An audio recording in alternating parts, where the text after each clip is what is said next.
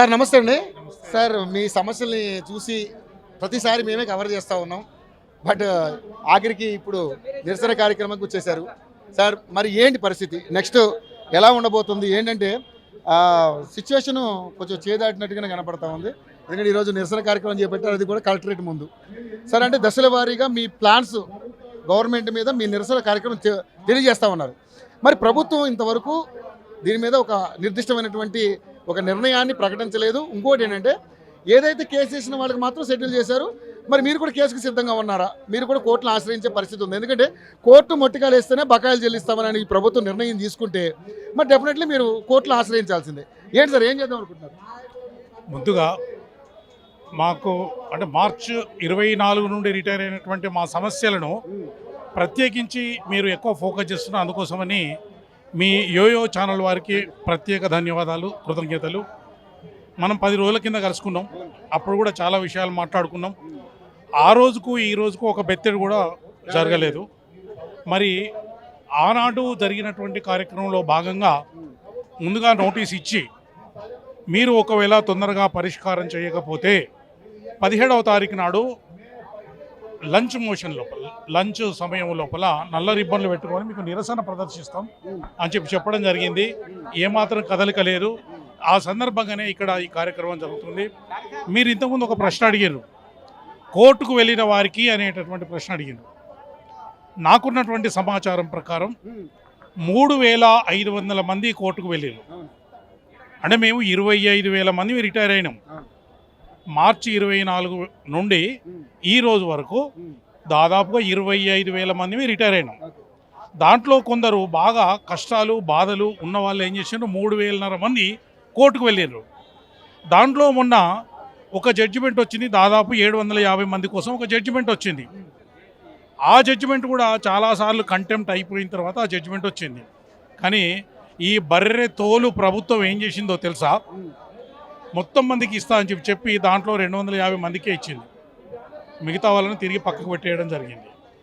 అంటే మేము నిజంగానే కోర్టు ద్వారా ఏమైనా న్యాయం జరుగుతుందేమో అని అనుకున్నాం. కోర్టు చెప్తానన్నా వింటదేమో అని చెప్పని అనుకున్నాం. కానీ మీ ద్వారా ప్రజలకు, ఈ ఉద్యోగస్తులకు, మా వాళ్ళందరికీ తెలియజేసేది ఏం చెప్పంటే కోర్టుకు పోయినా లాభం లేదు. అందుకోసమనే ఈరోజు ఈ కార్యక్రమాన్ని తీసుకున్నాం.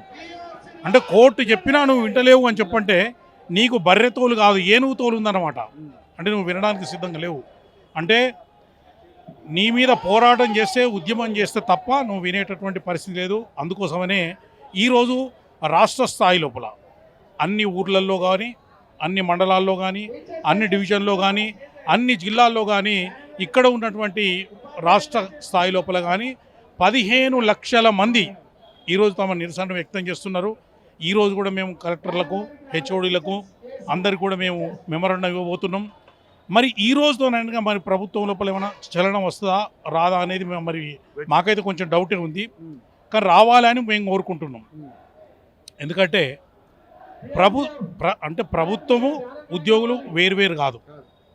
ముఖ్యమంత్రి, మంత్రిమండలి, ఎమ్మెల్యేలు, ఎమ్మెల్సీలు, ఐఏఎస్ ఆఫీసర్లు మేమంతా కలిసినే ప్రభుత్వం అవుతుంది. మరి 15 లక్షల మంది నీకు వ్యతిరేకంగా ఇవ్వల్ల మేము ఒక నిరసన ప్రదర్శనను చేస్తున్నామని చెప్పంటే మా ఆవేశాన్ని, మా ఆవేదనను మేము ప్రదర్శిస్తున్నామని చెప్పంటే నువ్వు పూర్తిగా విఫలమైనవని చెప్పని భావించాలి. అందుకోసం ఇప్పటికైనా మేము ఏమంటున్నామంటే మా జేఏసీని చర్చలకు పిలవండి. పిలిచి వెంటనే 4 డిమాండ్లు కదా, దీంట్లో అక్రమమైన డిమాండ్ ఏది కూడా లేదు. పిఆర్సీ 30 నెలలు అయింది, దాన్ని నువ్వే పక్కకు పెడుతున్నావు. ఆగు రేపియు, ఆగు ఎల్లుండియు అని చెప్తున్నావు. మాకున్న సమాచారం ప్రకారం ఆల్రెడీ అది వచ్చి ఉంది, వీళ్ళ దగ్గర వచ్చి ఉంది, కానీ అధికారికంగా దాన్ని చూపెడతలేరు. ఇది నెంబర్ 1.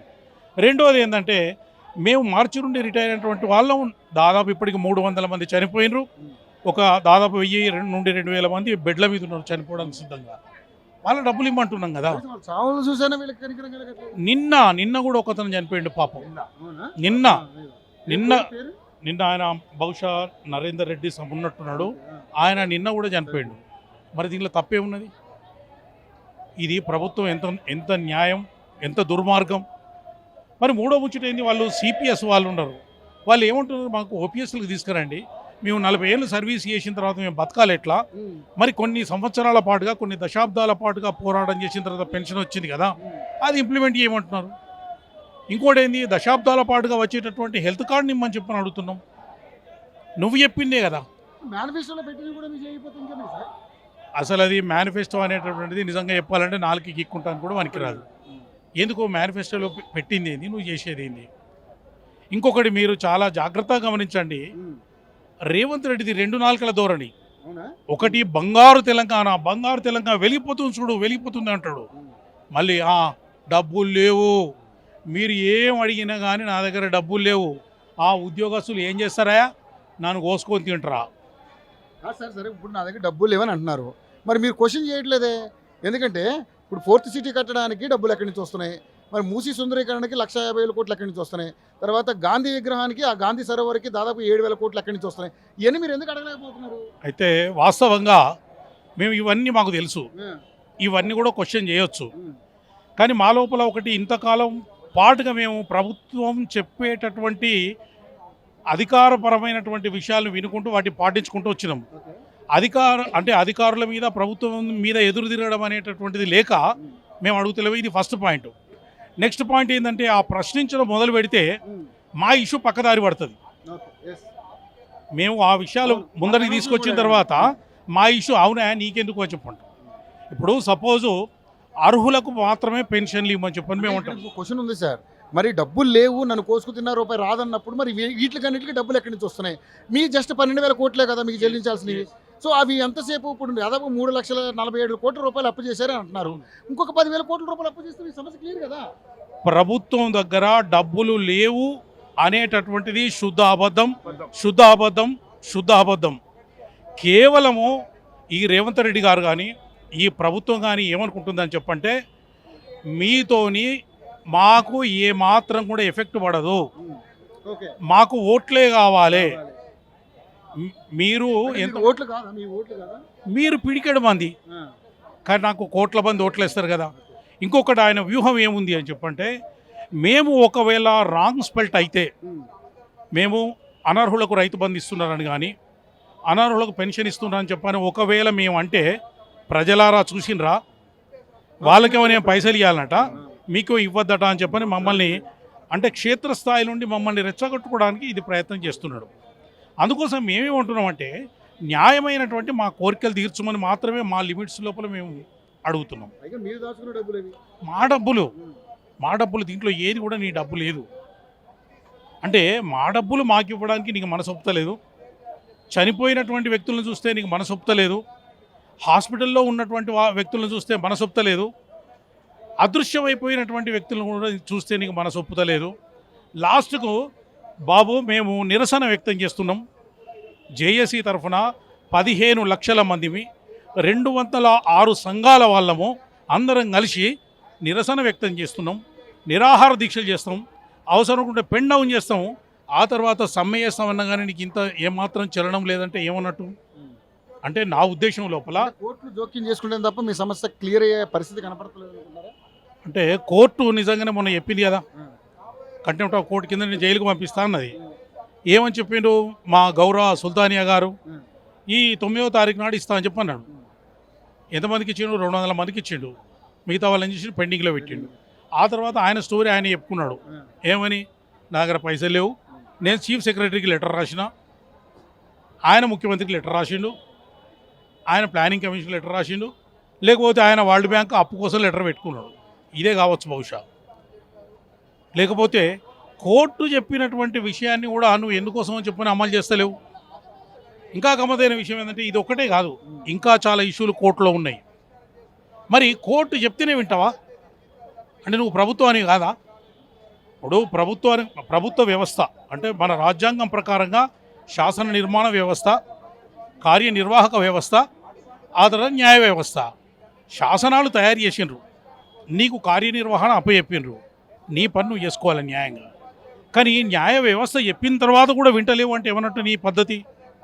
ఒకప్పుడు న్యాయస్థానం ఒక చిన్న మాట అంటే ముఖ్యమంత్రి రాజీనామా చేసినటువంటి సందర్భాలున్నాయి, మంత్రులు రాజీనామా చేసినటువంటి సందర్భాలున్నాయి. నువ్వు చేసే విధానం తప్పయ్యా. నువ్వు పెన్షనర్ల ఉసూరు తీసుకుంటున్నావు, పెన్షన్ల న్యాయమైన కోరికలు తీర్చడం లేదు, పెన్షనర్ల చావును కళ్ళ చూస్తున్నావు, ఇది నీ సరి అయింది కాదు అని చెప్పని కోర్టు చెప్పినా కూడా కనీస స్పందన లేదు అని చెప్పంటే మేము ఏమనాలి? అసలు నాకు ఒకటి అర్థం కాదు, తెలంగాణ కోసమేమో కొన్ని వేల బలిదానాలు జరిగితే కానీ తెలంగాణ రాలే. ఇప్పుడు ఈ ప్రభుత్వం ఇప్పుడు తెలంగాణ వచ్చిన తర్వాత మన బతుకులు మారుతాయంటే ఇప్పటికీ మరణాలు కంటిన్యూ అవుతూనే ఉన్నాయి. ఏంది ఇది పెద్ద ఫైదా ఏమున్నది ఈడ? డెఫినెట్లీ అంటే మేము అవునన్నా కాదన్నా, ఎవరు అవునన్నా కాదన్నా కానీ తెలంగాణ రాష్ట్రం సిద్ధించడం లోపల మా ఉద్యోగులు ఉపాధ్యాయుల పాత్ర ఉంది. ఇందులో పెద్ద విషయం. కానీ ఇంకొక విషయం, నిజంగా తెలంగాణ వచ్చిన తర్వాత కూడా మేము అవునన్నా కాదన్నా ఒకరికి భేదాభిప్రాయం ఉన్నా కానీ కేసీఆర్ మాకు 2 మంచి ఫిట్మెంట్లు ఇచ్చిండు. కేసీఆర్ కంటే మంచి ఫిట్మెంట్ ఇస్తాడేమో అని చెప్పని ఈయన తీసుకొచ్చుకున్నాం. ఏదైనా చెప్పిన మాటలు కూడా ఇప్పుడు అలాగే ఉన్నాయి.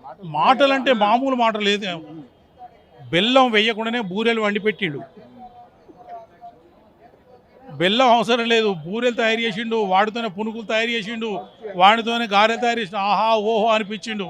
ఇక మేమేమనుకున్నాం, జబ్బలు కొట్టుకున్నాం, తొడలు కొట్టుకున్నాం. మంచి ఇస్తారనుకున్నారు. ఏం మంచి కాదు, మేము కేసీఆర్ ఎక్కడ, కేసీఆర్ను మేము ఎప్పుడో మర్చిపోతాము, చాప చుట్టి మొత్తం బంగాళాఖాతంలో వారితాం పర్మనెంట్గా. రేవంత్ రెడ్డి మా నాయకుడు, రేవంత్ రెడ్డి మా నాయకుడు, కాంగ్రెస్ ప్రభుత్వం మా ప్రభుత్వం అని చెప్పని అనుకున్నాం. కానీ 2 ఏళ్లకు సుక్కల్ని కాదు చంద్రుడిని చూపెడతాడు. నైట్ కాదు పగలే చూపెడతాడు, పగలే చుక్కలను చూపెడతాడు, రాత్రి చంద్రుడు. ఇది కామన్, ఇది కాదు, మాకు డిఫరెంట్ గ్యాలాక్సీలు కూడా చూపెడతాడు. సౌర కుటుంబం ఒకటే కాదు, ఇంకా బయట ఇంకా చాలా సౌర కుటుంబాలనే కదా, అవన్నీ కూడా మాకు చూపెడుతున్నాడు. మీరు ఎంతమంది తెచ్చినా కానీ నాకైతే సంబంధం లేదు. నేను నా ఫుట్బాల్ ఆడుకుంటా, నేను నా అందాల పోటీలు పెట్టుకుంటా, నేను నా 4 సిటీ కట్టుకుంటా, నేను నా విగ్రహాలు పెట్టుకుంటా, నేను 36 సార్లు 50 సార్లు నేను ఢిల్లీకి పోతా వస్తా. నేను మూసి సుందరీకరణం ఆంధ్రీకరణం అది ఏందో అని ఎవరికి అర్థమవుతలేదు. అసలు మూసిని ఏం చేస్తావు అనేటటువంటి విషయం మీద స్పష్టత లేదు. ఇంత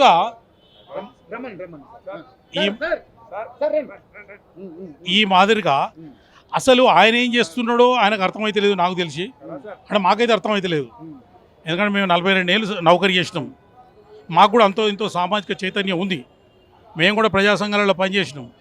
కానీ అసలు ఏం చేస్తున్నాడు, ఈయన గవర్నమెంట్ ఏంది, ఈయన పరిపాలనా విధానం ఏంది, ఏం చేయాలనుకుంటున్నాడు అసలు ఎవరికి ఏం అర్థమవుతలేదు. సార్ ఇప్పుడు వరకైతే మీరు దశల వారీగా మీ నిరసన తెలుపుతున్నారు సార్, మరి ఇంకా ప్రభుత్వం నుంచి ఒక సరైన నిర్ణయం రాలేదు.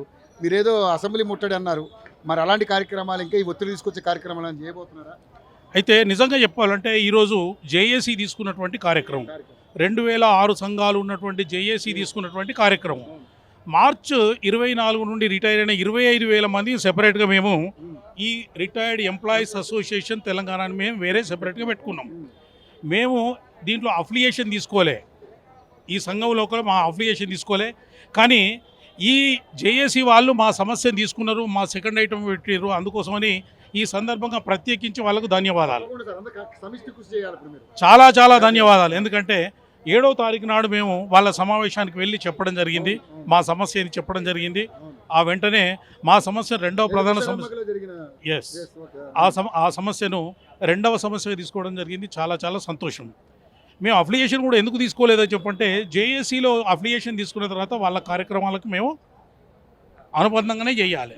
అయితే మేము ఈ కార్యక్రమాలతో పాటు ఇంకా కొన్ని కార్యక్రమాలు చేయబోతున్నాం. ఈ మధ్యకాలంలో ఒక ప్రెస్ మీట్ పెట్టదలుచుకుంటున్నాం.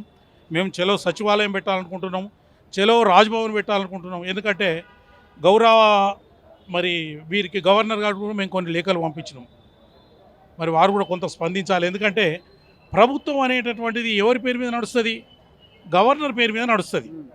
ఈవెన్ ప్రతి ఒక్క విషయం కూడా గవర్నర్ పేరు మీదనే నడుస్తుంది. అయ్యా గవర్నర్ గారు, మీ ప్రభుత్వము మా చావులు చూస్తుంది, మా చావులు చూడబోతుంది. దయచేసి ఇప్పటికైనా చంపకండి, మా బిల్లును మాకు ఇవ్వండి, చచ్చిపోయిన వాళ్ళకి ఎక్స్గ్రేషియా ఇవ్వండి.